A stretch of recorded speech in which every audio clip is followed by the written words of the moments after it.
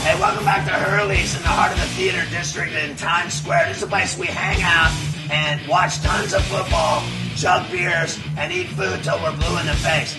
My illustrious crew is here behind the scenes and on camera. First we got Rasan Salam, the ball carrier, Rasan Rogers, Lou Pellegrino, we call him Sweet Lou or Mysterio, Ryan Ciano, otherwise known as Mafia, David Shepard, otherwise known as Shepherd's Pie. I'm Ferrall, and let's talk college football, shall we? You know, last weekend, the biggest game obviously was Alabama-Florida, and I think the Tide proved that they're the best team in college football. They stomped them. The other games I'd have to mention was LSU getting lucky late against Tennessee. Tennessee had the game won on the road, and then they blow it because they had 13 men on the field, gave LSU one more crack at it. They score and win the game. The other game I liked was Vatech losing late, but they roared in the fourth and won in Raleigh against NC State. O'Brien's team was unbeaten going into that one. I really like the job he's doing with NC State. The Wolfpack looked really good. But Vatech is back. And if you remember, I talked about Vatech because they lost their first two games. Second game, James Madison, they were thoroughly embarrassed. Since then,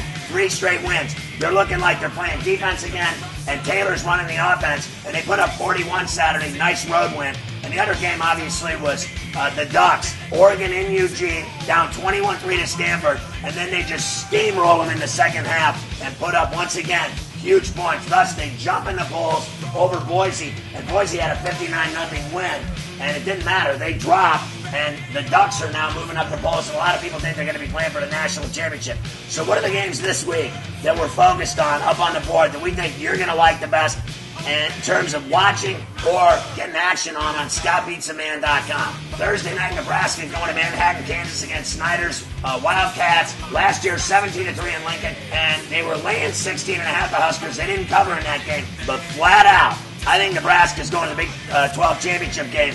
They're looking incredible this year. Pelini's defense not missing a beat, even without Sue, who went number 1 in the draft. I say they roll over the Wildcats. I still like their offense, too. I love Martinez, their quarterback. They're very quick, very physical, and they're just flat out better than K-State. I think this game gets ugly. Anybody disagree? No. Boom. No. Boom. Absolutely not. No. All right, let's go. UConn Rutgers. Why do I put this lousy game up on the board? Well, so I can embarrass Rutgers. They lost to Tulane at home last Saturday. The Green Wave, and you called it. I did. Unbelievable.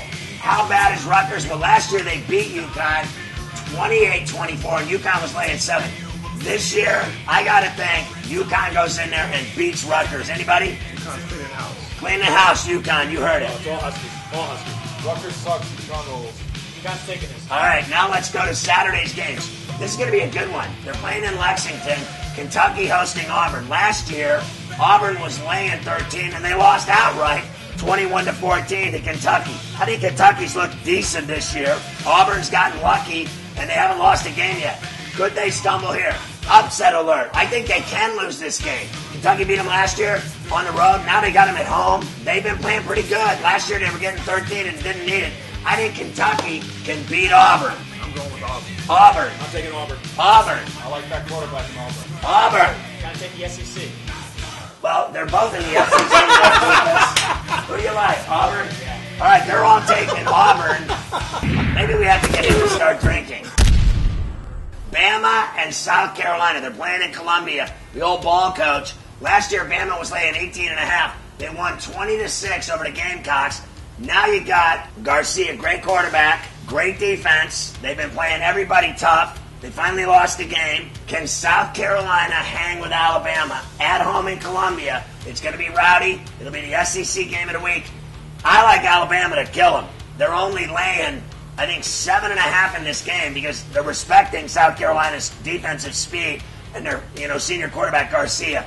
I'm still taking Alabama. I think they're going to beat everybody they play. LSU and Florida in the swamp, and LSU's been living on the edge. A lot of people have been clamoring, believe it or not, even though they're unbeaten, that Les Miles is doing a lousy job. I disagree wholeheartedly. I think Les Miles is a great coach. These people are the same kind of people like Ohio State fans. You lose a game once a year, they want to fire Tressel. If Les Miles loses a game, they want to fire Les Miles. They're never happy. Tennessee, Fulmer was the head coach, won a national championship, lose a game, they want to fire him. They call him every name in the book, fat, all the rest. I think LSU, last year, Florida beat them 13-3. They win by 10. They were laying 7.5. They're playing in Gainesville. Gators coming off a thrashing at the hands of Alabama. In Alabama, Florida goes home, and I say they take it out on LSU. I'll take the Gators. I'm going with the Titans. You going LSU? Wow, I'm going with the Gators. Gators. Florida wants blood. Florida wants blood. I like that. Gotta go with the Gators. Gators. All right, Florida State and Miami. What are the headlines read, Ferrall? It's all about the view. Yeah, or it's all about the Canes, baby. Florida State last year was laying 5.5, and they lost to the Canes 38-34 in Tallahassee. That was my breath on that one, Val. Florida State now going down to Coral Gables. Actually, they play at Landshark Stadium. But we'll just pretend like it's Coral Gables, because you can still get crack right around the stadium. The Canes look great against Clemson. Florida State has been winning big.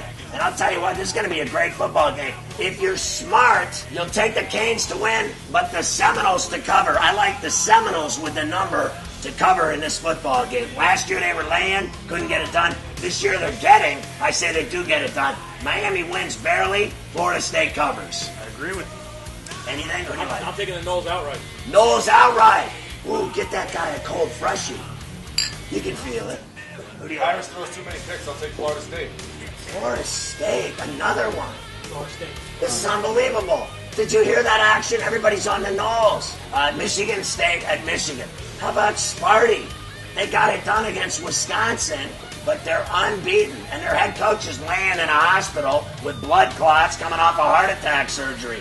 And they're still winning. Am I supposed to believe in the Spartans now all of a sudden? I think Michigan's defense is awful. Indiana put 35 on them in Bloomington, and they got a shoelace score late to win by 7. But I say Michigan loses their first game here, and Michigan State goes into Ann Arbor and beats the Wolverines. All right, Pitt and Notre Dame. You keep asking, why do I keep putting Notre Dame on the board? Because it's fun when they lose. I know they beat BC, but they're losing to Pitt. Pitt's starting to look better, although they play cream puffs. They just got done kicking Florida International in the teeth. That's a school down at south of Miami that Isaiah Thomas is destroying, just like he did the Knicks. I just thought I'd throw that in there. Pitt's going to beat Notre Dame, and I have no doubt about it. I think Dave Wannstedt over Kelly here. I'll take the Panthers. I'll take the Panthers, too. Taking the Panthers, even though it is my beloved Irish. It's definitely Pitt all the way. Take it. Indiana and Ohio State. This game's in Columbus. The big question is Pryor going to be healthy? They say he's going to be able to go.